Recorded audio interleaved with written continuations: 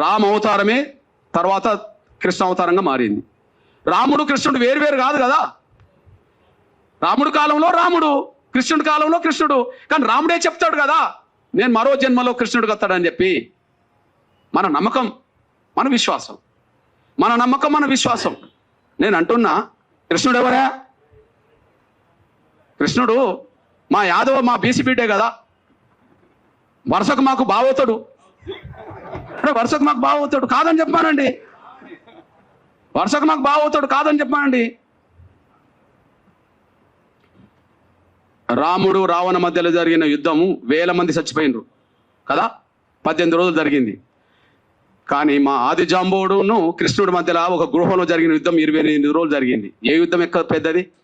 ఇద్దరి మధ్యలో జరిగింది. ఎవరు ఓడలే, ఎవరు గెలవలే. మా ఓడు ఎంత గట్టి ఓడో చూడండి. ఎవరు ఓడలే, ఎవరు గెలవలే. లాస్ట్కు మా ఓడు అనుకుంటాడు జాంబవుడు, అరే నీ అమ్మ, ఈ దేశంలో ఈ ప్రపంచంలో నన్ను ఓడించేటోళ్ళు ఎవరై ఉంటారంటే, ఓహో రాముడి కాలంలో నేను అడిగాను, రాముడితో యుద్ధం చేస్తాను అన్నప్పుడు ఇంత మనం చేసుకున్నాం కదా రాముడితో యుద్ధం, నీకు ఈ జన్మలో వద్దు కానీ నీకు వచ్చే జన్మలో కృష్ణుడు ఏర్పడితే అప్పుడు నీకు ఏదో రకంగా యుద్ధం చేద్దాంలే అని అంటే, ఇంతకాలం నాతో యుద్ధం చేస్తున్నాడు అంటే ఆయన రాముడే అని చెప్పి, నువ్వు దేవుడి అవతార పురుషుడు కాబట్టి నాతో ఇంత యుద్ధం చేస్తావు అని చెప్పి మళ్ళీ కాంప్రమైజ్ అయ్యి మళ్ళీ రాముడు ఆ కృష్ణుడికే కదా మా జాంబవతిని మా అక్కనిచ్చింది. ఈయన ఒక మణిహారం కోసం వెతుకులాట చేస్తూ, ఒక మణిహారం ఉన్నది, ఆ మణిహారం ఒక అతను మెడకేసుకొని వస్తుంటే సింహం తింటది. జాంబవంతుడు ఆ సింహాన్ని తీసి చంపి ఇది తీసుకొచ్చుకుంటాడు, బిడ్డకు దగ్గర ఆడుకుంటుంటాడు ఆ వస్తువు. ఈయన వెతుకుతూ వస్తుంటాడు. వెతుకుతూ జాంబవంతుడు కనిపిస్తాడు. జాంబవంతుడు కృష్ణుడి మధ్యలో యుద్ధం జరుగుతుంది. 28 రోజులు జరుగుతుంది. గుహలో జరుగుతుంది. యుద్ధంలో ఎవరు ఓడింది లేదు, గెలవలేదు. కాకపోతే మా జాంబవుడు అనుకుంటాడు, ఈ ప్రపంచంలోనే నాతో యుద్ధం చేసే వాళ్ళు ఎవరు లేరు, ఎవరైనా చేస్తుంటే దేవుడి రూపమే నా దగ్గరకు వస్తారు కాబట్టి నేను గత జన్మలో నేను రాముడిని అడిగాను, కృష్ణుడికి వస్తాను కాబట్టి కృష్ణుడు అయినంటే నేనే అని చెప్పి ఆయన చెప్పుకుంటాడు. అప్పుడు బహుమానంగా ఏమిస్తాడు మా జాంబవంతుడు? ఎవరినిస్తాడు? ఎవరినిచ్చి పెళ్లి చేస్తాడు? మా జాంబవంతుడి నుంచి పెళ్లి చేస్తాడు. ఇవన్నీ రామాయణం మహాభారతంలో ఉన్నది కదా. మరి జాంబవంతుడు మా బిడ్డ మా అక్కనిచ్చిందంటే ఎవరు మాకేమవుతాడో కృష్ణుడు చెప్పండి. మా జాంబవంతుడు మా పెద్ద ఆయన, మా పెద్ద నాన్న అనుకుందాం. మా జాంబవంతుడు బిడ్డ మాకు పెద్ద అక్కే కదా. మా పెద్ద అక్కను 8వ భార్యగా చేసుకున్నది మా కృష్ణుడే కదా. కృష్ణుడు మాకు బావ అవుతాడు కదా. మా బావ ఉన్న కాడ మేము ఎందుకు పూజారులంగా ఆయనకు అర్థమవుతుంది? మా బావ ఉన్న కాడ మేము ఎందుకు పూజారులుగా? మా బావ దగ్గర కూడా మీరేనా వాళ్ళ పూజ వృత్తి చేయడానికి?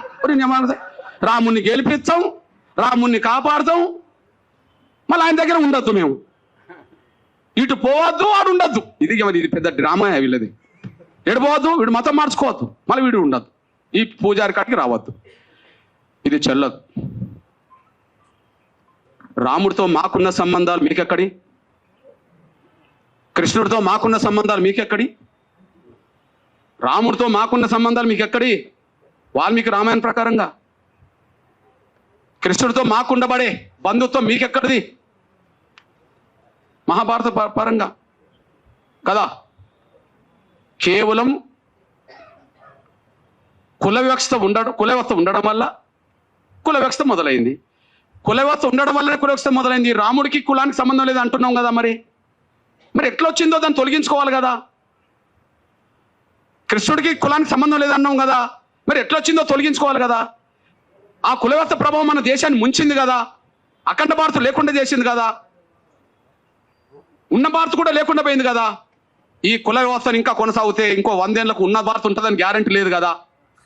ఇది చెప్తున్నాను ఆయన, అది ఆలోచించుకోండి. మరి ఉన్నాం నిజం, ఎవరన్నా ఏమనుకోండి, నా అభిప్రాయం ఇది.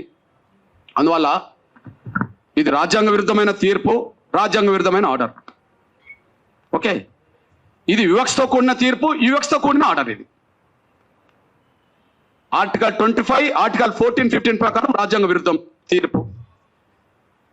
పోనీ అంబేద్కర్ అభిప్రాయానికి విరుద్ధం, కమిషన్లో కూడా విరుద్ధం కదా.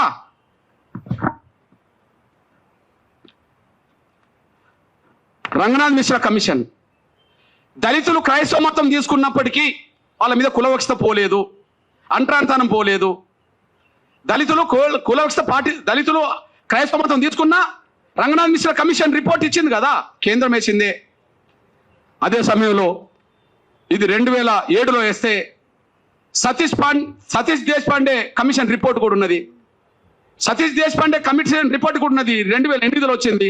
ఇందులో కూడా దళితులు క్రైస్తవ మతం తీసుకున్నా వాళ్ళ కుల వివక్షత పోలేదు అని చెప్తున్నాడు. అంటరాంతరం కొనసాగుతుందని చెప్తున్నాడు. ఇది కమిషన్ల అభిప్రాయానికి వ్యతిరేకం, కేంద్ర ప్రభుత్వం వేసింది. ఇది రాజ్యాంగం ప్రకారంగా రాజ్యాంగానికి వ్యతిరేకం. ఆర్టికల్ 25కి 14, 15కి వ్యతిరేకం. ఈ 1950 రాష్ట్రపతి ఆర్డర్ అనేది అంబేద్కర్ అభిప్రాయాలకు విరుద్ధం. ఇది మా స్వేచ్ఛకు విరుద్ధం, ఇది మా హక్కులకు విరుద్ధం.